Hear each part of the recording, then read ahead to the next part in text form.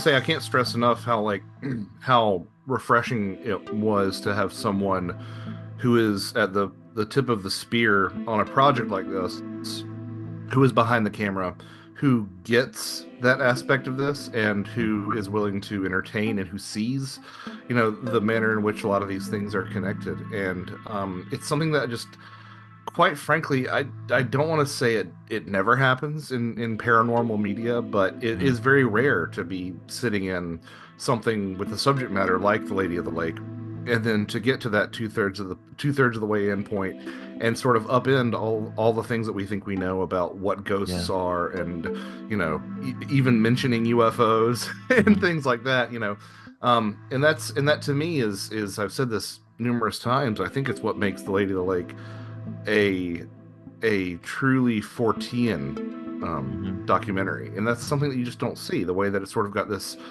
sort of come one, come all aspect to these different facets of the phenomenon, and the fact that Ryan was able to pull that together and have it not be an incoherent mess, to have it all on brand and to present it in a way that is digestible, I think is one of his greatest strengths and talents as a director.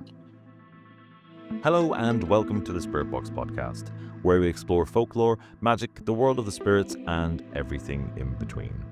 Today, I sit down with Joshua Cutchin and Ryan Grulich to discuss their latest film project, The Lady of the Lake.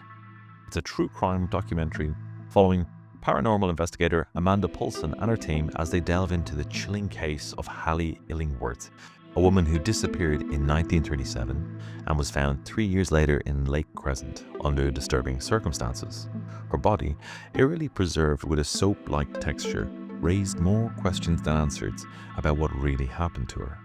As Paulson's team digs deeper, they uncover unsettling truths about Hallie's tragic fate, revealing a history of violence and long-buried secrets.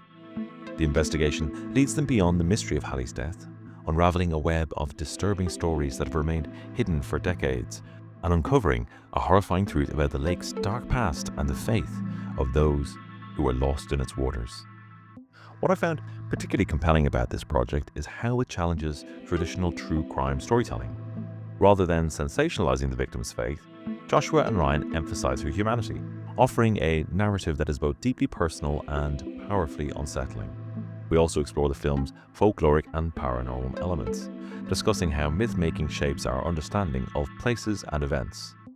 Beyond The Lady of the Lake, our conversation expands into a broader theme of re-enchantment and cultural transformation.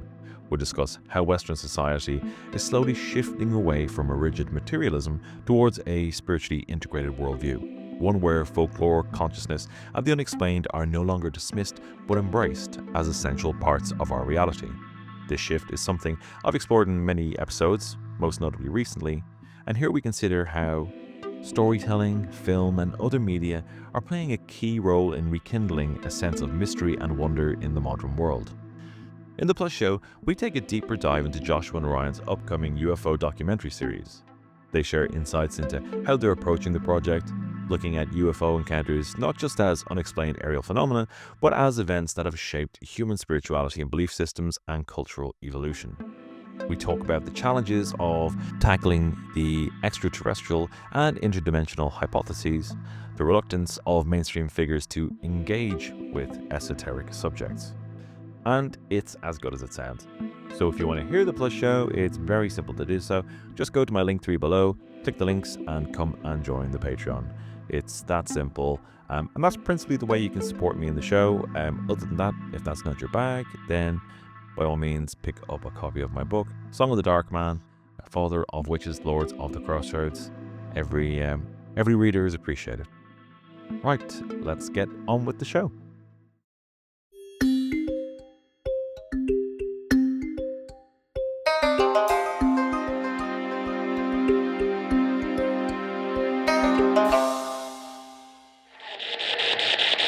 Have you ever heard the story of the Lady of the Lake?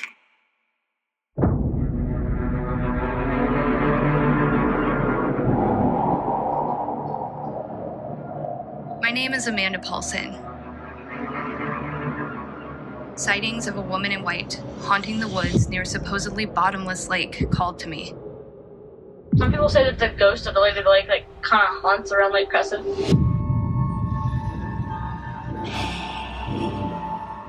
If you drive around the lake at night when it's a full moon and chant her name, she'll like suck you into the lake. Behind these accounts, I learned of a terrible crime. More than 50 years ago, Lake Crescent gave up something she had been hiding for years. When this body surfaced, so did a mystery. The body was so well preserved that they could see the cause of death. I think this case had a lot of really high strangeness aspects. She comes up with her hand out of the water. I'm here. You know, that's pretty profound. It would have scared the hell out of me seeing a hand sticking up out of the water.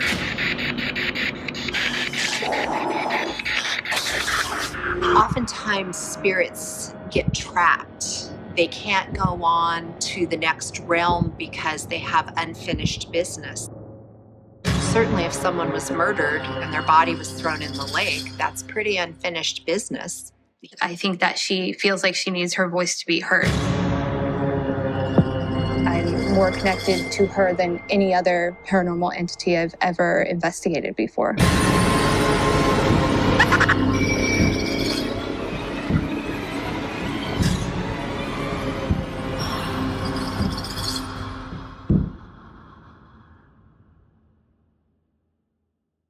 Is there anyone with you?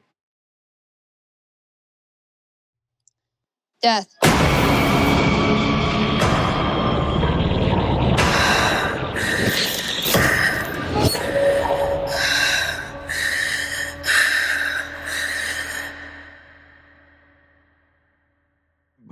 Joshua, Ryan, you're very welcome to the Spirit Box. Josh, lovely to see you again. Great to have you back on the show. Ryan, you're very welcome. First time on the Spirit Box. Hopefully, first of many. To get the show on the road, could you introduce yourselves and tell the people a bit about what we're going to talk about today? Who's going to go first? I'm Josh Cutchin, and I have an extensive history in writing about the Fae and the Fortean nature of. I'm Ryan, and I'm talking to you from Orlando, Florida, where I am still a stranger in a strange land, but I live, and it is a beautiful day here. Thanks for having me. Pleasure. And I am Joshua Cutchin. I guess I'm working my way towards that Spirit Box smoker's jacket for most number of appearances in the shortest amount of time. But I see we all got the memo to wear black, so that's good. Naturally. I am an author and freshly minted film producer, I guess, which is an odd thing to feel coming out of my mouth, but here I am. So yeah. Well, I've just watched. I watched you guys film this week, and congratulations! Fabulous piece of work. I guess we're going to chat about it today. So I think to get the ball rolling, I'm always interested in kind of where projects come from. You know, kind of what was the driving force that kind of brought this film out into the world. So, yeah. Ryan, do you want to take that one? Sure. Yeah. The story itself, I am in Orlando, like I said, but prior to living here, I had lived in Seattle, Washington, for a great many years. And the story itself is a colloquial sort of story. You know, it's an urban legend, if you will, but it's something that's regionally known. So when I got exposed to it, it was the same way, we kind of talk about people getting exposed to this story, which was I was at Lake Crescent. I was with a local. The local decided to tell me, the story by, have you ever heard the story of the Lady of the Lake, right? And then you get to learn about this woman, this mystery, and the resulting, sort of things that have been attached to it kind of came a little bit later. But at a glance, it was just really compelling. There was a moment where we were driving out of this location, and I tend to, like a lot of filmmakers, and I'm also a technical creative producer. So like live events, like projection mapping and like that kind of stuff. So I think very visually a lot of times, but I was driving out of this space and I'm looking off into these kind of woods. And I just had this sort of image of, taking a camera and going out into these woods and seeing kind of a woman in white and, projection and, working with the color in the woods and stuff at night, to try to just do something, in in my mind, it just pops up, right? Like no attachment necessarily to what we had just discussed about this story.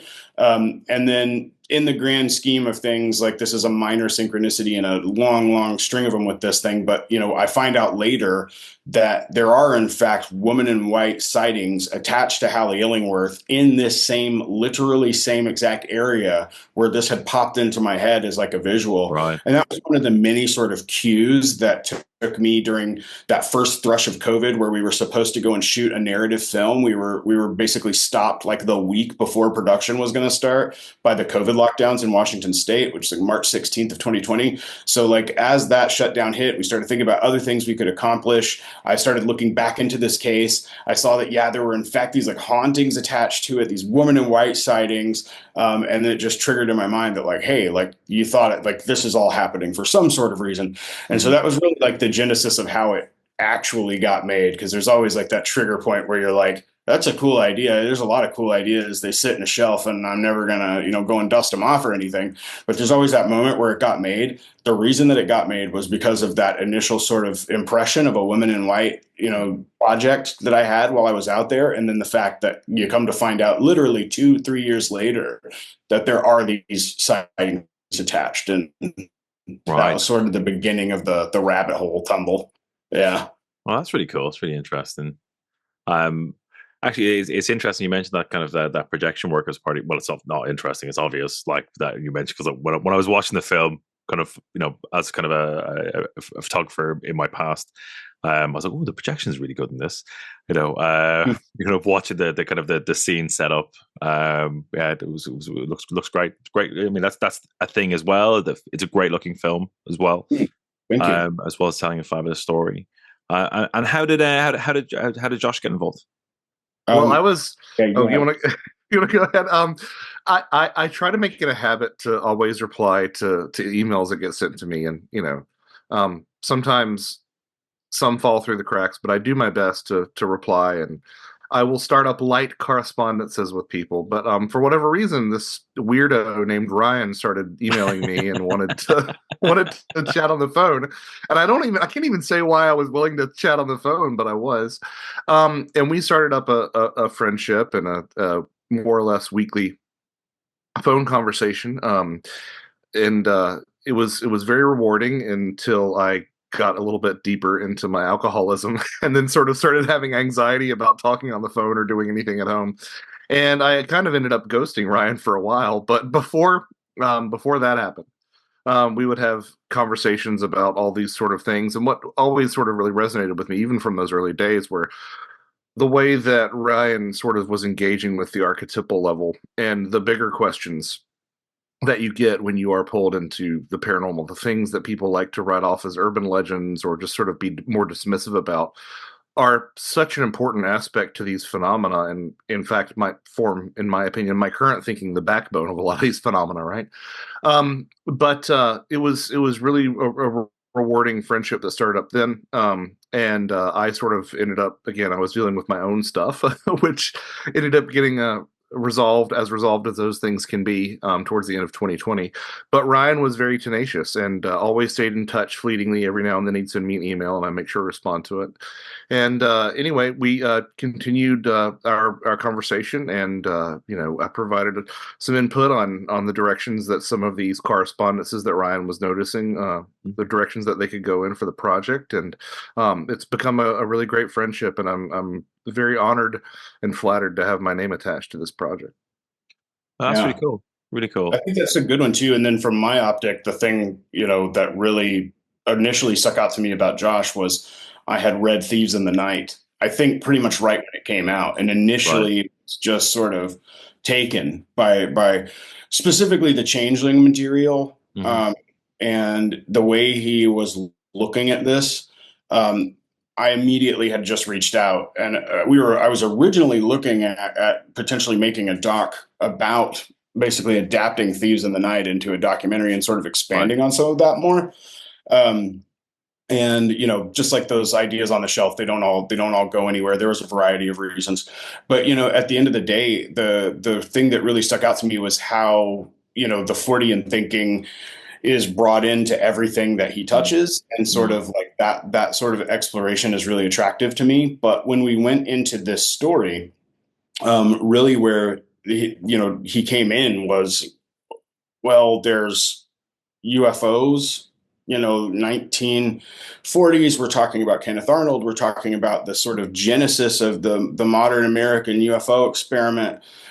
Took place as the crow flies less than 100 miles from where we're at. We're talking about the Hoh Rainforest, which is the single largest per capita incidence of Bigfoot sightings being reported anywhere on the planet. That's about 30 miles away. Yeah. There's supposedly, some instances of ritual murder that were channeled to find some bodies that, they go on these weird hunts. There's tons of sightings of ghosts and of little people and all of this stuff.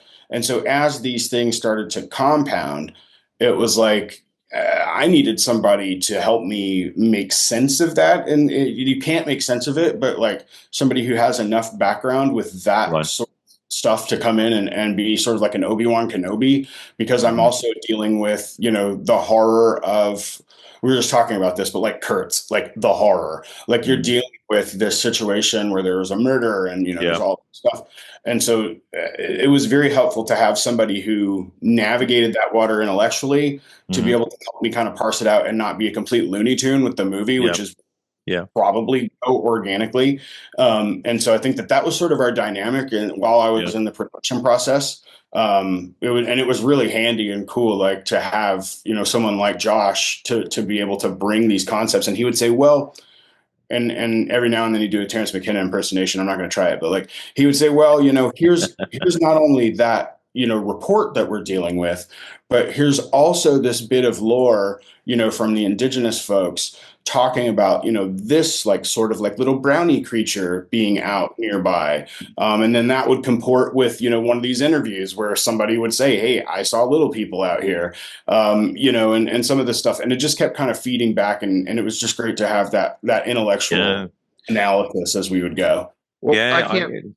Go ahead, Josh. I'm just going to say I can't stress enough how how refreshing it was to have someone who is at the tip of the spear on a project like this, who is behind the camera, who gets that aspect of this and who is willing to entertain and who sees, the manner in which a lot of these things are connected. And it's something that just, quite frankly, I don't want to say it never happens in paranormal media, but it is very rare to be sitting in something with a subject matter like the Lady of the Lake, and then to get to that two-thirds of the way in point and sort of upend all the things that we think we know about what ghosts are, and even mentioning UFOs and things like that, and that to me is I've said this numerous times, I think it's what makes the Lady of the Lake a truly Fortean documentary. And that's something that you just don't see, the way that it's sort of got this sort of come one, come all aspect to these different facets of the phenomenon. And the fact that Ryan was able to pull that together and have it not be an incoherent mess, to have it all on brand and to present it in a way that is digestible, I think is one of his greatest strengths and talents as a director. Yeah, and that definitely plays out. Having sat down and kind of watched the film this week in preparation for the show. I mean, for context for people listening, exactly to what you're saying, Ryan, of like this area of the world being iconic for certain phenomena. You got Mount Rainier and I guess the term flying saucer coming from that original sighting near Mount Rainier. Beautiful part of the world. I was there as a student in like 1998 or something. Really aging myself there, but I had a nice time. Anyway, apart from that, fabulous film, really interesting. You kind of set the first half up in this kind of the kind of the real crime kind of genre, just building the story, right? And organically, that was how it started, right? Yeah. So like we knew about this murder, and we knew that a body had come up out of a lake that supposedly never gives up its dead. Yeah. Right. That's what we knew about. And then we had to figure out who that person was. And then we had to learn about that story. And then we had to, then see these things and stories and ideas that grow out almost 100 years later. We're still talking about. And I can tell you that one of the reasons we're not doing things that are like other people in the field, I guess, is the way. So my background is not somebody in the field, right? Like I'm a student of these things through personal experience and through my own interest. Right. I have never seen a proper episode of like a ghost hunting TV show all the way through. I've never watched any of that material. I don't. So I'm formulating my impressions of this stuff just through like what I see and feel. And I think that that's really kind of where it maybe comes a little differently. The other thing too is like when we watch true crime stories and you talk about like that first part of it, it's really like we see the hand on the wheel, we see the gauge go, because the killer was moving fast. We see the boot touch the ground. We see this sort of B-roll reenactment. And one thing I was very sure of was that like we didn't want to do that. Right. And so background in technical theater, we just went and did like physical performance art. Worked with some really talented people to try to tell that story in a less conventional way. Same with the projection to sort of create like an atemporal space. We knew we weren't going to be able to, replicate the period stuff with the money we had. So we just went in and made this sort of liminal, universe that we could just live in and kind of do whatever we wanted with. But all through it, we knew that there was a murder that took place, and we knew that there was a great deal of time between when that murder took place and now. And so what we tried to do was when you watch the film and you see like the giant set that we built that was all black and white, like you're inside of an old magazine, like we wanted that to be the place of truth. Right. And so there was like literally some sort of foundation to grab onto, and like not to get too woo woo, but I guess this is the right place.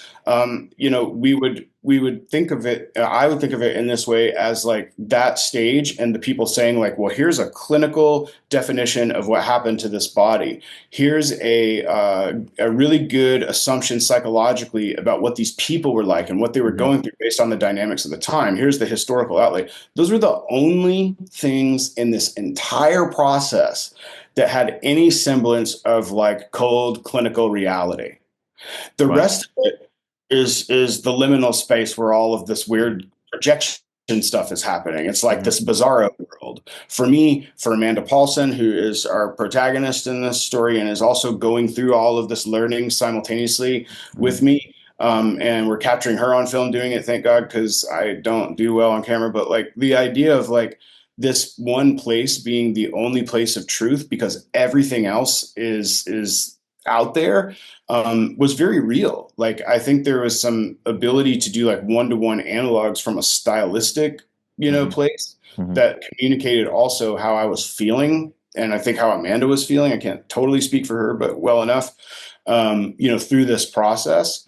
So like when you talk about that true crime piece, it's like that was the story, and everything else just sort of erupted from it. So we didn't like go in a way that was counter to where the story went, which is one of the things about documentary that I love and hate. If I could do this all over again, I wouldn't change the way we shot it. But I think that for a lot of people, it's a hard left turn when you see like, okay, well, now you know all of this stuff that's fairly understandable and like logical.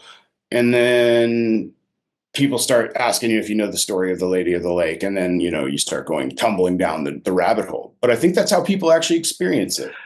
Well, it's a fabulous twist in it. Like, I mean, because it is exactly as you described. I mean, I was expecting that, being kind of what this show is, and kind of could have been aware of the film prior to Josh reaching out. But it is a really interesting way of building that story and you've got kind of all those kind of theatrical pieces that really work really well. There's a lovely weight to them, and how it paces and tells the story and grounds the story, and you understand and you start to know, the character, who you get a sense of who Hallie is, you get a sense of who is it Monty, the chap's name, is. It really grounds really well. And then next thing you know, there's an Estes method going on, and it's like we're going off in a totally, totally different direction, but it works.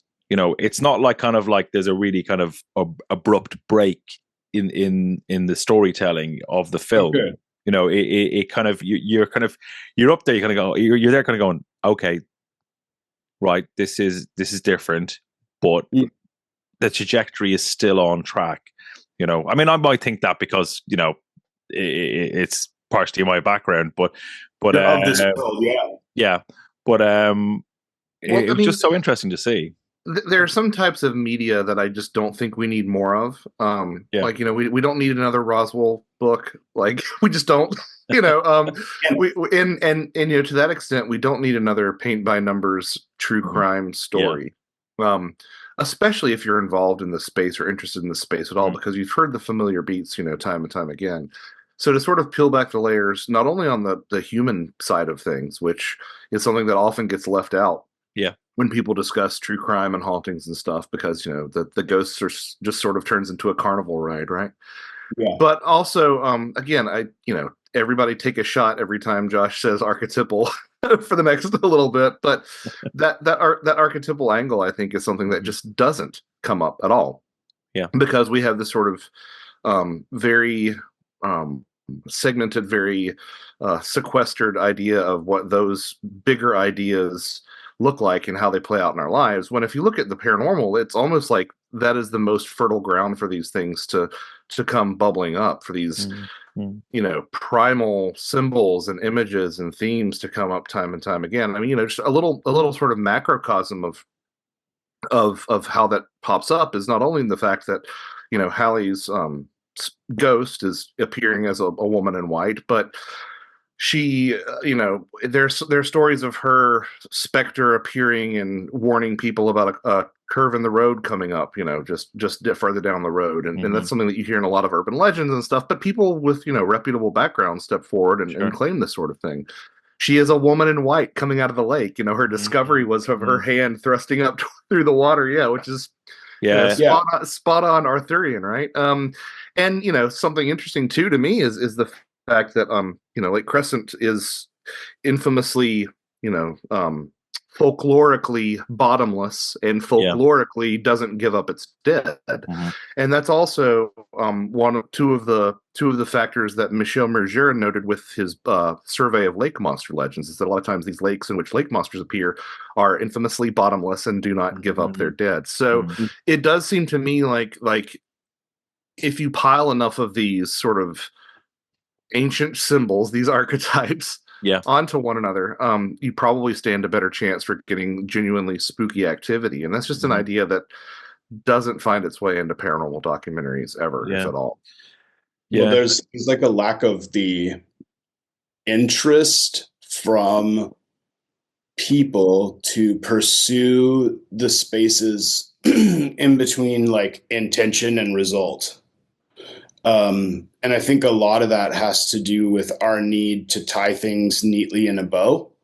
There's not a lot of third act, shenanigans in these types of stories. Like you don't often get, hey, so maybe Bob Lazar did, but like the UFOs in the garage, right? Like that doesn't really happen.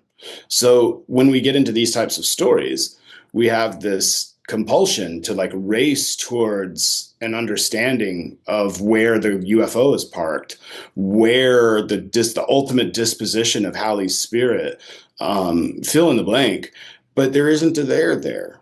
And I think that in between the intention of I'm going to go and, explore this particular, story and the result, we're not really super interested, I think, in what happens there, because that's where like the nitty-gritty happens. That's where the insecurity comes up. That's where the vulnerability comes up. That's where these spaces that put us at odds with ourselves kind of arise. And this film's actually kind of all about that.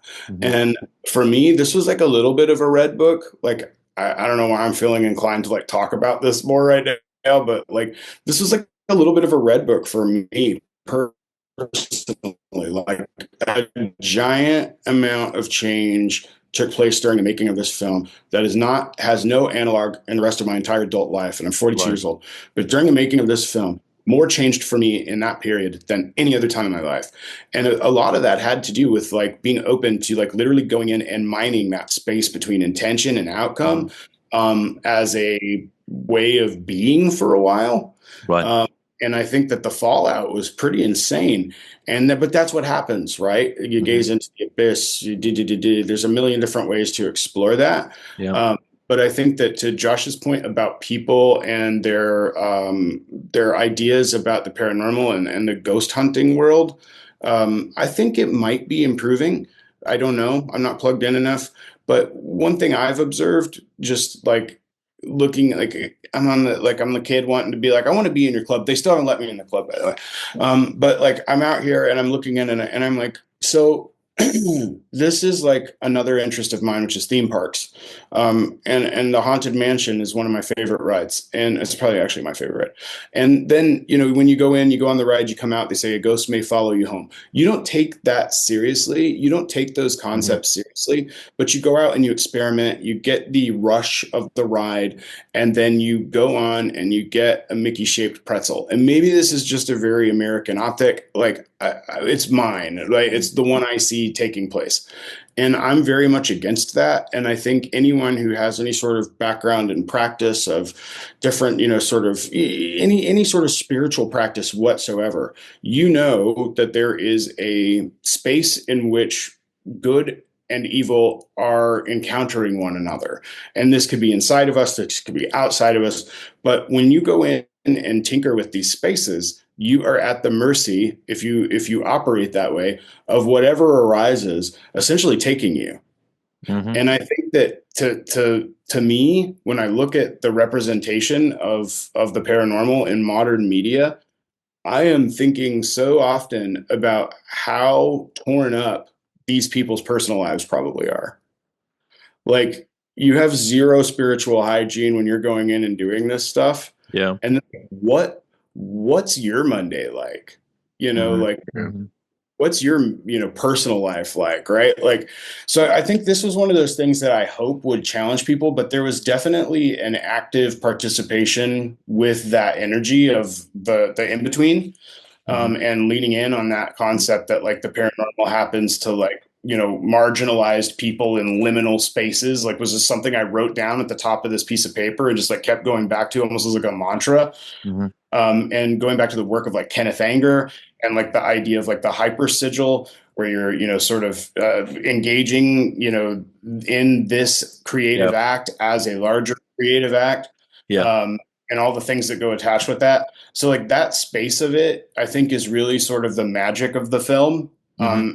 And the story itself being all of those archetypes in a row and being 100% archetypal, it literally started from the moment we talked about it, that we decided to make the film, right? There's that woman in white 2 years later. Why did I think of that? Right. So bam, you're on the journey. The fact that Hallie's hand comes up out of the water, all she's missing is Excalibur sort of thing. Like the fact that that is like at the crux of Hallie's story is just, to me, still to this day, overwhelming.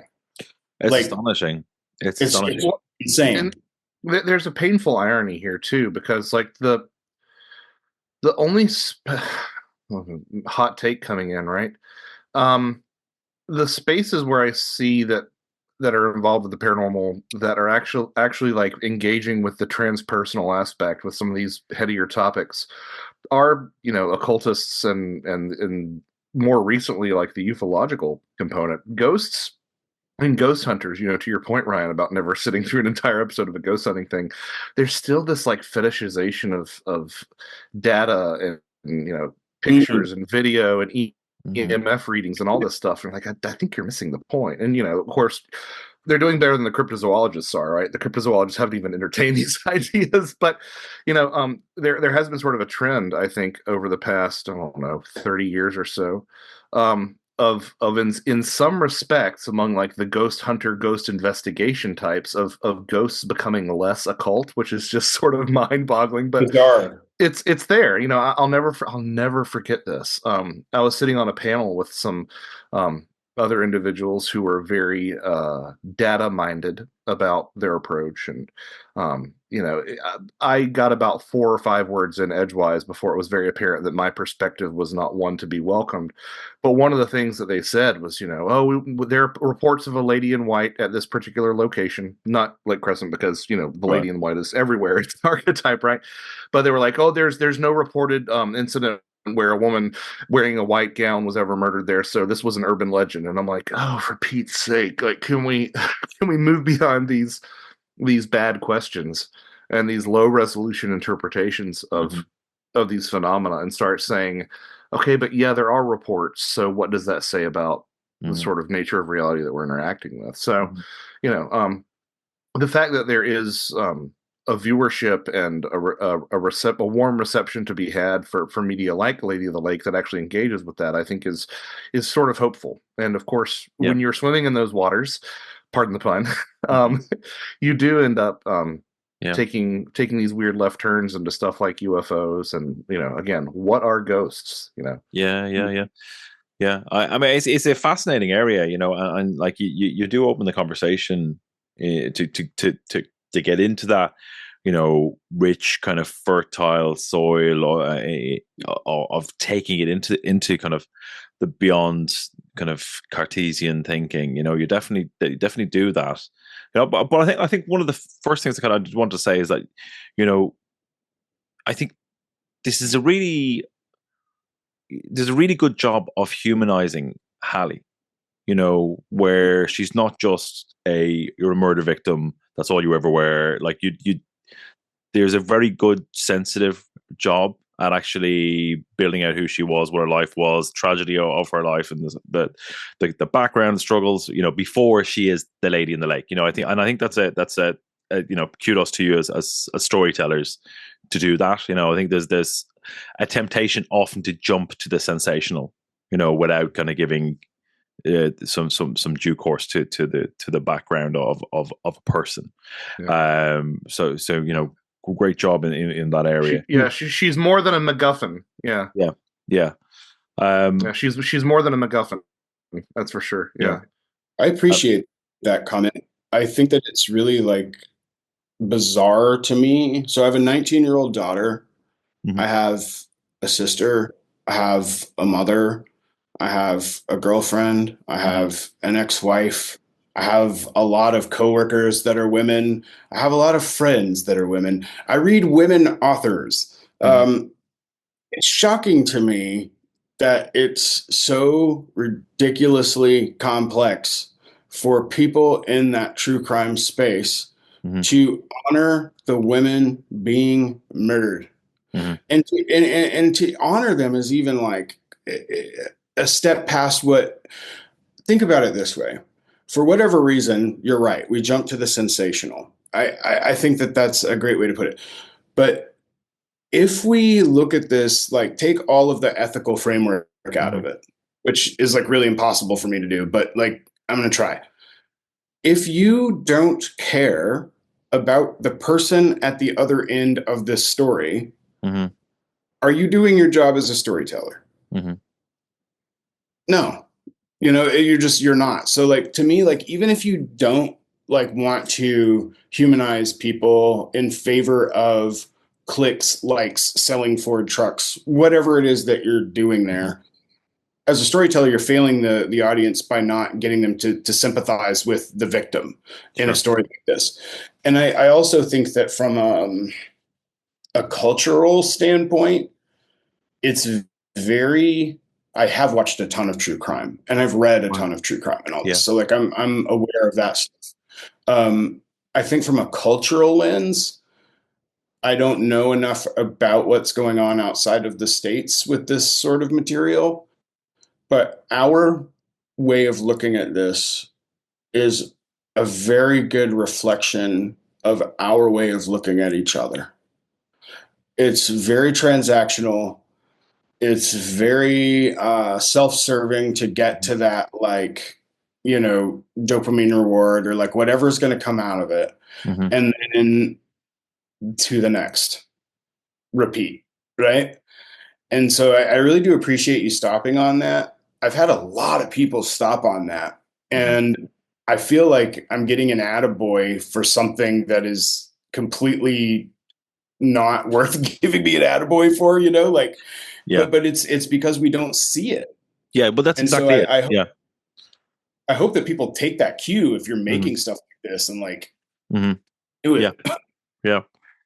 Yeah, no, but I mean, it stands out, and I thought it was like a very well paced and kind of gentle blend of building the narrative, but also painting a picture of a human being, So it was great from my perspective, a great storytelling, Oh, thank you. And I would say that the gentleness of it, and like, I think that is, I would say 100% credit to Frances Baker, who is also my girlfriend and the editor of this film. Right. And I love you very much, Frances, if you're actually watching this.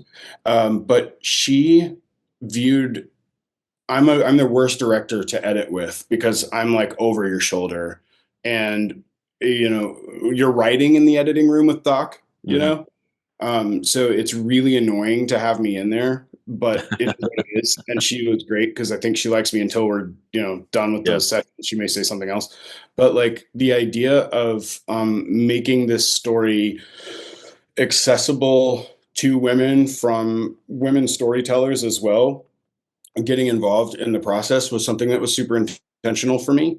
Right. But I think she really brought what you're talking about there. I don't take credit for that. Like I think, and I think that that's another thing that like, we should do, right? Like as audiences, we should try to look for these stories that are reflective of like people being thoughtful enough to do that at the production level, and like what there's some stories that you can tell whatever you want. I mean, Stephen King writes really great women, I think. Like, I still don't understand women at all. Like, I'm not claiming to, but in my experience with women, Stephen King writes pretty good women.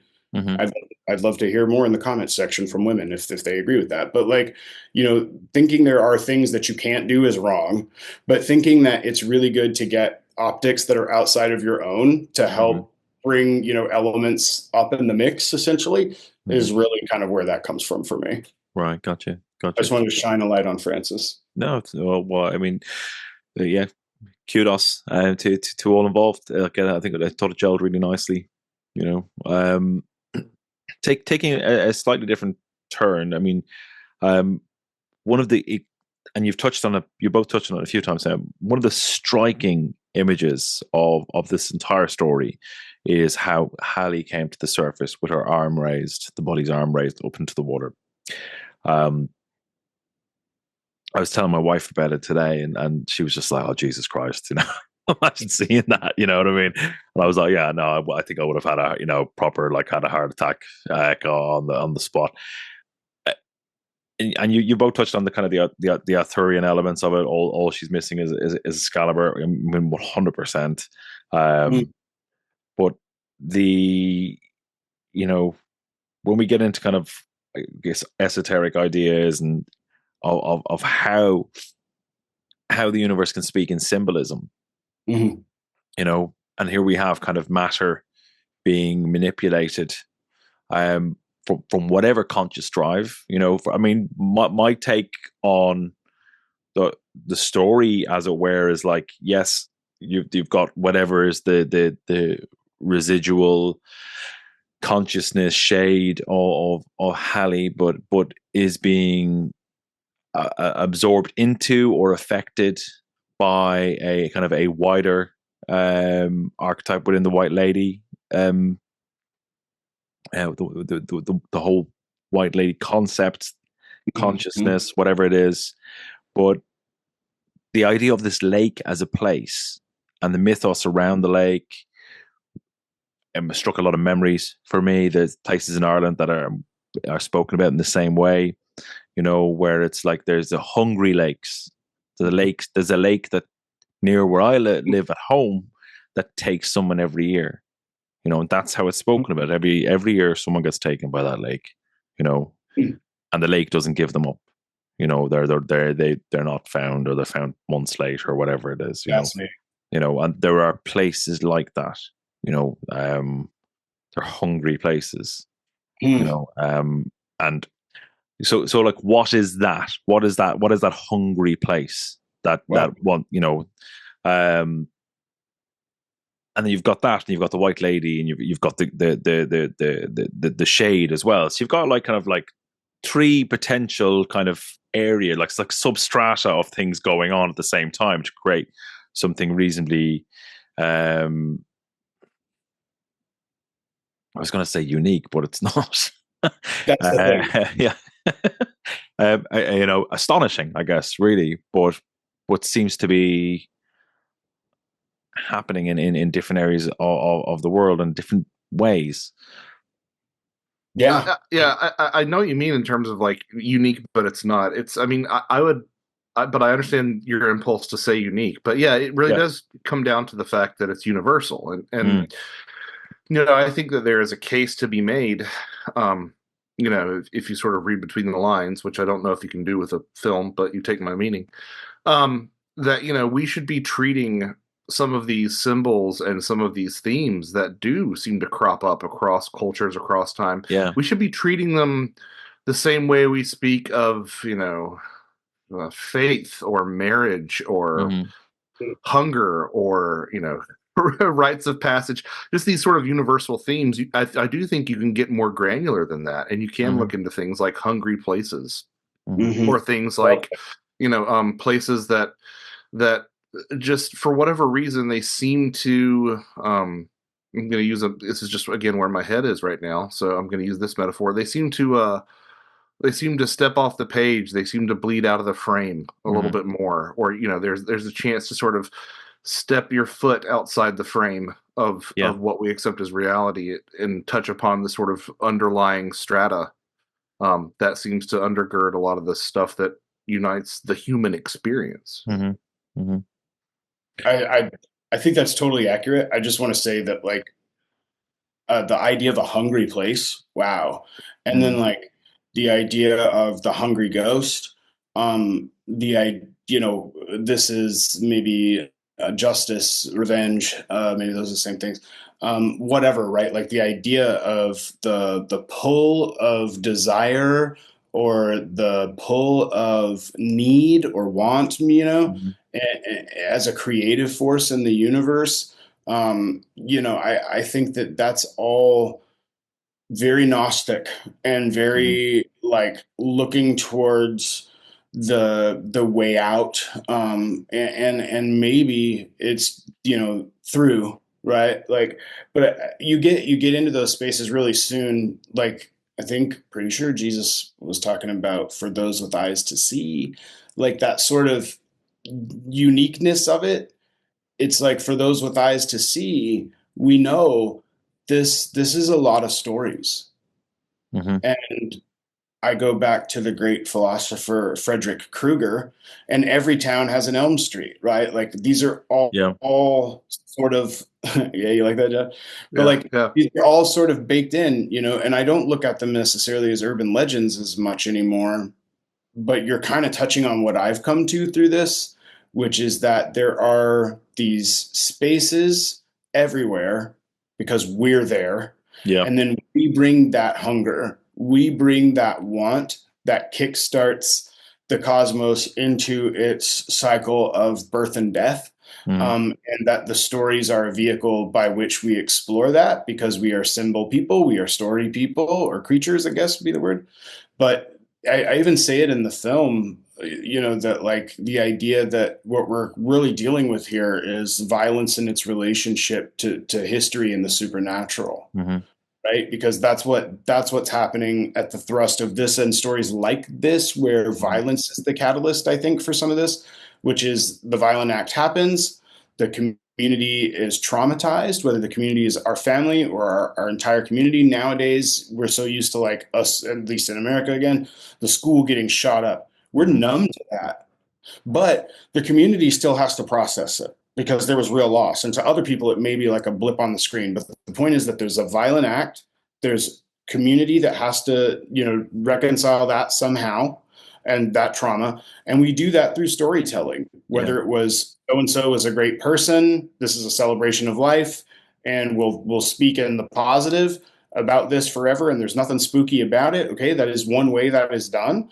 But there are these other ways, and they seem to have more staying power with us, I feel like. And I think that's one of the questions that has fallen out of this for me is, like, why does the fact that Hallie turned to soap, which we haven't talked about, and the fact that her remains were discovered in such a novel state, why still is that the story, right? Like, I don't want to bury the lead or whatever, but, like, that's what we're doing. We're talking about, like, that, and we're not talking about the century of storytelling around this where she becomes something larger than even death, right? Like, through that process of story and through that hungry place and that hungry story that is being told, for her to exact some sort of something back out into reality, I think. I mean, her hands up.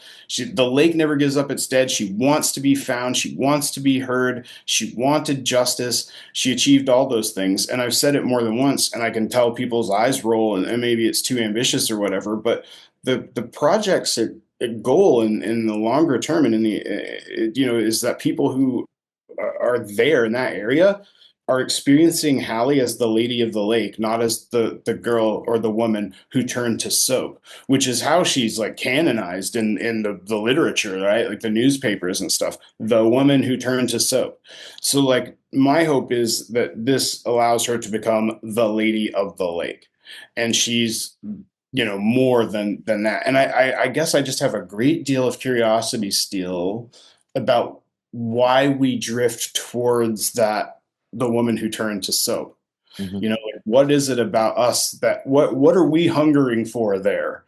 That, I guess that's really what comes alive in me when you're saying that. Well, there's certainly, we have a real morbid curiosity for those kind of details. As cultures, broadly speaking, we're kind of like those macabre details are those bits that people tend to hang on with some of these cases. But that point you make about how there's been a kind of transition in the definition of Hallie through this story, where being the lady who turned to soap, who was moving into the kind of the lady of the lake, like in a way, it's like almost like folkloric beatification. It is, and that's literally, it's really kind of interesting to observe. And there was a quote from Irish philosopher John Moriarty, where he talks about how folklore or storytelling can recount multi-layered reality in a way that kind of Cartesian views of the world can't, and this seems to be spilling into that. The Lady of the Lake can be the origin story of this wraith who appears on the road to warn you about the crescent bend, the dangerous bend. It can encapsulate all of those perfectly. It can work really fine, where the woman who turned to soap, at the bottom of a lake can't. It's a really interesting thing to kind of observe it shift.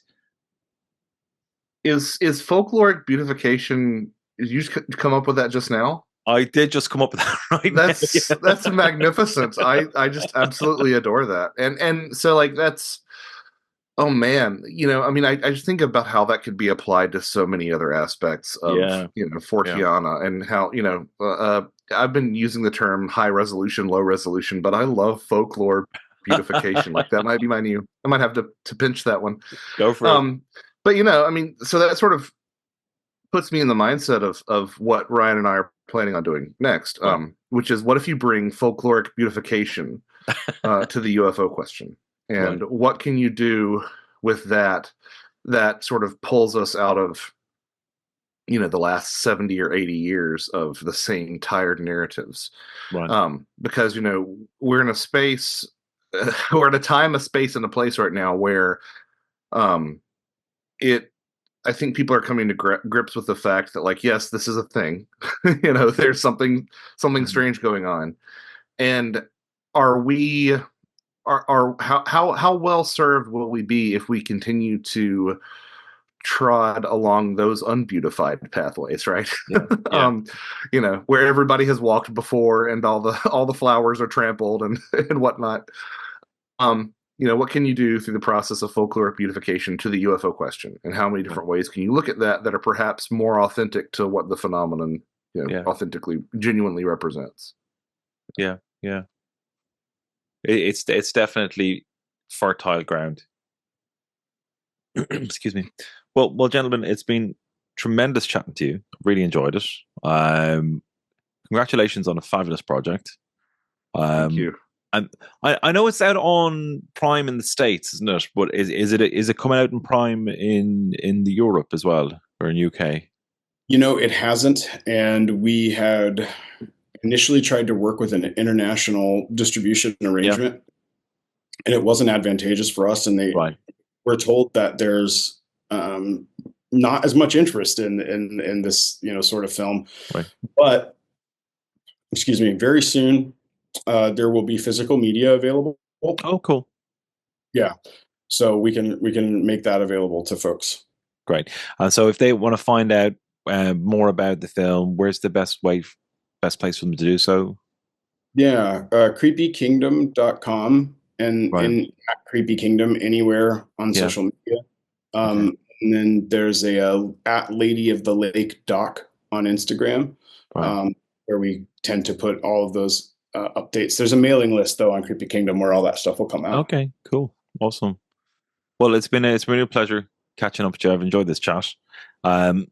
Excuse me. I'm looking forward to seeing what you guys do next. It sounds like the next project is got to be a rich, fertile soil to plow. We're motivated. Let's put it that way. Yeah, I guess I can feel like that's awesome. Well, it's been a pleasure. And for individually, where's the best place for people to find you if they want to find you guys and follow your work? JoshuaCutchin.com, JOSHUACUTCHIN.com. A new book, Fourth Wall Phantoms, coming out in April.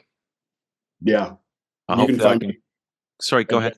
So you can find me at Joshua's website too. I'm nowhere. Okay, cool. Well, hopefully, Joshua, we can get you back on for the new book, and then when your new project, the new is it going to be a series or a film? Just what the UFO? UFO, yeah. That's a great question. It sounded like you were quite a few ideas in there. Yeah. We're going to see how it lands. We in a perfect world, all things being equally, I think we're aiming for a series. But whether that's a run of 16 or a run of 4 or a run of 3, or we have to distill some of these ideas into a single feature, that is yet to be determined. Well, I hope you go for it and make as much as possible. I really enjoyed the film, and I want to see more of your work. So, from a very selfish perspective, crack on. Yeah, we'll see you in a couple of years. Yeah. Awesome. Well, it's been great having you in the Spirit Box. Thank you very much for coming on the show.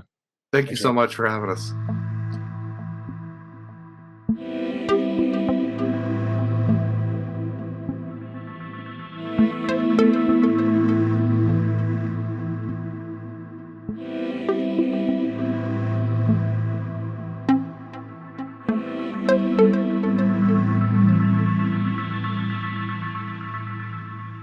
Thank you, Joshua and Ryan. I hope you all enjoyed that. It was a fantastic conversation that really whizzed by. So if you want to find out more about the movie, then do check out the links below and give Joshua and Ryan a follow, and check out their projects. Lots and lots of good stuff. Okay, I'm going to leave it there. I'm Dara Mason, and you've been listening to Spirit Box. Take care and talk soon. Bye.